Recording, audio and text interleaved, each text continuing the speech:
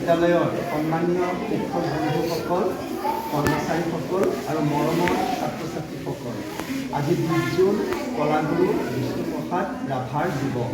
আমি এই স্মৃতি দিৱস আমাৰ এই বিদ্যালয়ত আয়োজন কৰিছোঁ। স্মৃতি দিৱস উপলক্ষে আমাৰ মুকলি সভা আৰু সাংস্কৃতিক অনুষ্ঠানৰ শুভাৰম্ভ কৰিবলৈ ওলাইছোঁ। আমাৰ অনুষ্ঠানৰ আৰম্ভণিতে বিষ্ণু ৰাভাৰ প্ৰতিকৃতিত মাল্যাৰ্পণ আছে। আমাৰ মাল্যাৰ্পণ ছাত্ৰ ছাত্ৰীসকলে প্ৰথমে কৰিব, তাৰপিছত আমি পুষ্পাঞ্জলি অৰ্পণ কৰি আমাৰ মাল্যাৰ্পণ কৰিবলৈ কেইগৰাকীমান ছাত্ৰী আমাৰ মঞ্চলৈ আহিবলৈ আহ্বান জনাম। আমাৰ কেইগৰাকীমান ছাত্ৰী আৰু ছাত্ৰ মঞ্চলৈ আহক, আহি আমাৰ পুষ্পাঞ্জলি অৰ্পণ কৰক। আহা।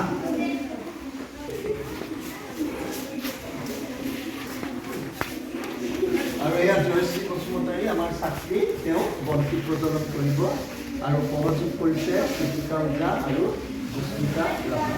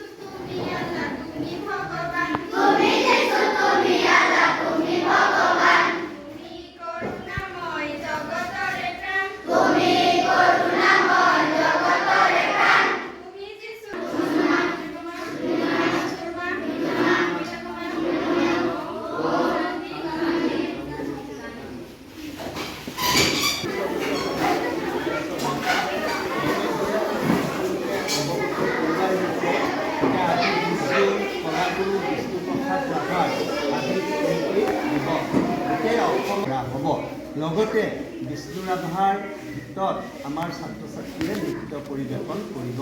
এয়াই হৈছে আজিৰ সভাৰ চমু মূল উদ্দেশ্য। আমি ইয়াৰ পিছত দুআষাৰ বিষ্ণু ৰাভাৰ ওপৰত বক্তব্য ৰাখিবলৈ আহ্বান জনাইছোঁ আমাৰ বিদ্যালয়ৰ সহকাৰী শিক্ষয়িত্ৰী মঞ্জু বৰা বাইদেউ। বিষ্ণু ৰাভাৰ ওপৰত চমুকৈ আজিৰ সভাত উপস্থিত দক্ষিণ মাজবাট মধ্য ইংৰাজী বিদ্যালয়ৰ প্ৰধান শিক্ষক মহোদয়, লগতে উপস্থিত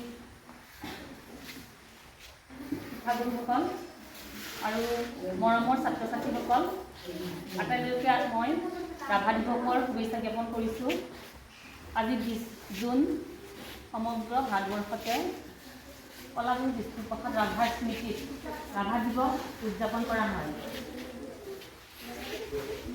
এই ৰাভা দিৱস হৈছে কলাগুৰু বিষ্ণুপ্ৰসাদ ৰাভা ডাঙৰীয়াৰ স্মৃতি দিৱস।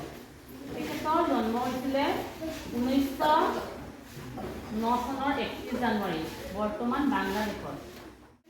মহান গুণৰ অধিকাৰী আছিল। তেখেতে একেবাৰে সুনিপুণ নৃত্যশিল্পী আছিলে, বাদ্যশিল্পী আছিলে, গল্পকাৰ আছিলে, গীতিকাৰ আছিলে, সুৰকাৰ, এজন সু অভিনেতা। তেখেতে এই বহুত গুণৰ অধিকাৰী হোৱাৰ বাবে তেখেতক কলাগুৰু হিচাপে আখ্যা দিয়া হৈছিলে। এইজনা মহান ব্যক্তিৰ 1969 চনৰ 20 জুন এই দিনটোতে পৰলোক প্ৰাপ্তি ঘটে। সেয়েহে আমি 20 জুন দিনটো তেখেতৰ স্মৃতি দিৱস হিচাপে সকলোৱে উদযাপন কৰোঁ। আজিৰ সভাত মই বেছিকৈ নকওঁ আৰু আমাৰ শিক্ষাগুৰুসকল আছে, তেওঁলোকেও ক'ব। ইমানেই কৈ মই মোৰ বক্তব্য সামৰণি মাৰিছোঁ। 10 নম্বৰ পাব আৰু বাগৰি যোৱা প্ৰশ্নত 5 নম্বৰ থাকিব। বুজি পাইছা নহয়? গতিকে প্ৰশ্নটো ভালকৈ শুনিবা আৰু উত্তৰটো ভালকৈ দিবা। গ্ৰুপ এ পোনপটীয়া প্ৰশ্ন।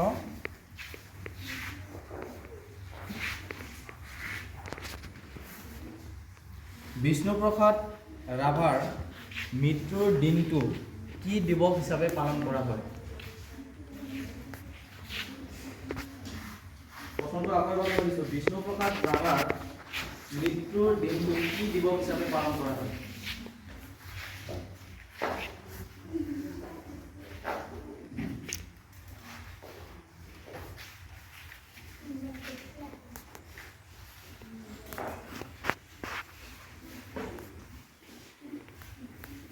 পাৰিবানে?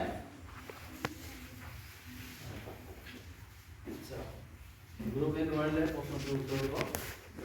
পোনপটীয়া প্ৰশ্ন আছিলে, 10 নম্বৰ খাবলৈ সক্ষম হোৱা নাই। এতিয়া প্ৰশ্নটো দিশ ল'বলৈ বিষ্ণুপ্ৰসাদ ৰাভাদেৱৰ ঘৰ ক'ত?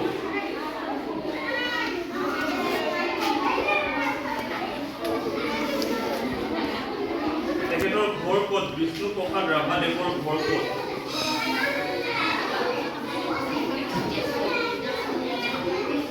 তেজপুৰ। শুদ্ধ উত্তৰ।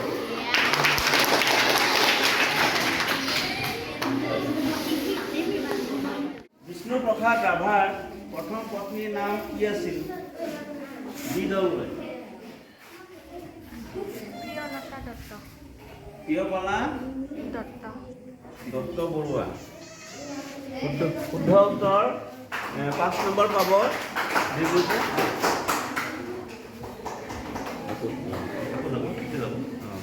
এবাৰ দ্বিদললৈ পোনপটীয়া প্ৰশ্ন উত্তৰ।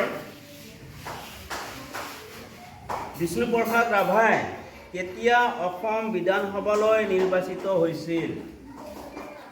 এইটো পোনপটীয়া প্ৰশ্ন দি দিলোঁ।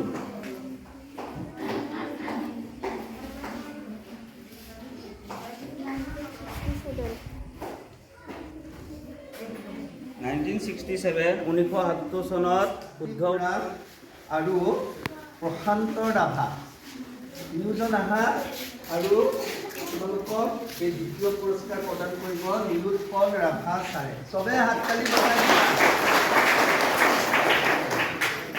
তাৰপিছত তৃতীয় পুৰস্কাৰ লাভ কৰিছে গ্ৰুপ এ দলে অঞ্জনা উৰাম, ৰাধা কৃষ্ণ আৰু অনামিকা ৰাভা। অনামিকা ৰাভা, অঞ্জনা উৰাম, আমাৰ মঞ্জু বৰা বাইদেৱে তোমালোকক আগবঢ়াব উপহাৰ। আমাৰ প্ৰাথমিক পৰ্যায়ৰ কুইজ প্ৰতিযোগিতাৰ পুৰস্কাৰ বিতৰণ হৈ গ'ল। এইবাৰ তিনি পৰ্যায়ৰ আছে।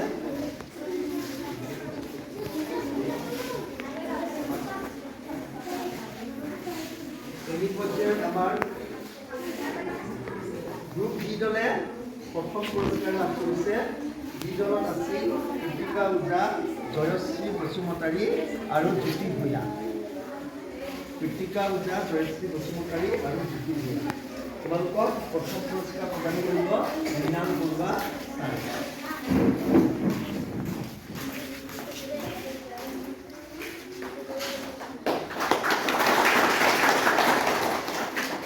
দ্বিতীয় পুৰস্কাৰ লাভ কৰিছে গ্ৰুপ বি দলে। গ্ৰুপ বি দলত আছিল মন্দিৰ নাথ, ঋষি মুৰাৰী আৰু নীতি সিংহা।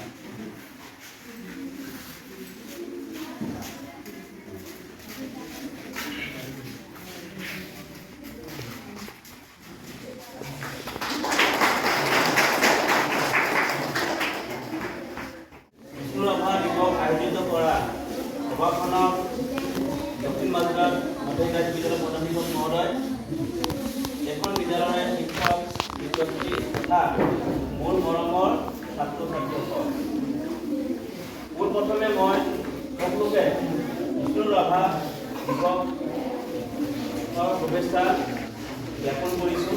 আজি হৈছে 20 জুন আৰু এই 20 জুনতে প্ৰতি বছৰে বিষ্ণু ৰাভা দিৱস পালন কৰা হয়। কিহৰ কাৰণে কৰা হয়? তেখেতৰ 1969 চনৰ তাৰিখে তেখেতৰ মৃত্যু হৈছিলে আৰু সেই মৃত্যু দিনটো আমি স্মৰণ কৰি প্ৰতি বছৰে আমি বিষ্ণু ৰাভা দিৱসটো পালন কৰোঁ। এই কথাষাৰ তোমালোকে মনত ৰাখিবা। শুনিবা তোমালোকে বিষ্ণু ৰাভাৰ বিষয়ে কিছুমান কথা বাইদেৱে কৈ গৈছে, তেওঁৰ নিশ্চয় তোমালোকৰ মনত আছে আৰু সকলোখিনি কথা মনত নাথাকিলেও কিছুমান দিন হৈ গ'ল। তেখেতে কি মানে তেখেতৰ গুণ কি আছিলে সেইখিনি কথা অলপ মনত ৰাখিবা। সেইখিনি কথা অলপ মই তোমালোকৰ আগত ক'বলৈ ওলাইছোঁ। তেখেতৰ গুণ আমি স্মৰণ কিয় কৰোঁ? তেওঁৰ পৰা আমি যেতিয়া প্ৰতি বছৰ 20 জুন তাৰিখ আহে তেতিয়া আমি তেওঁক স্মৰণ কৰোঁ। সেইকাৰণে স্মৰণ কৰি তেওঁৰ যিবিলাক গুণ আছে সেই গুণবিলাক তোমালোকে ল'ব লাগে। বুজি পাইছে নহয়? কৃষ্ণ পুথি আছিলে, যাৰ কাৰণে তেওঁ অসমীয়া সমাজক বহুত অৱদান কৰি থৈ গৈছে আৰু তেওঁৰ বিষয়ে বহুত কথা আছে। গোটেই কথাখিনি ক'বলৈ হ'লে বহুত সময় লাগিব। গতিকে মই আজিৰ কাৰণে ইমানতে ক'লোঁ। তোমালোকক ক্লাছত তেওঁৰ বিষয়ে আৰু বহলাইভাৱে মই তোমালোকক ক'ম যে আমালোক অৱশেষত আৰু এবাৰ বিষ্ণু ৰাভা দিৱসৰ উপলক্ষে তোমালোকক সকলোকে শুভেচ্ছা জ্ঞাপন কৰি আজি মোৰ বক্তব্য ইমানতে সামৰণি মাৰিলোঁ।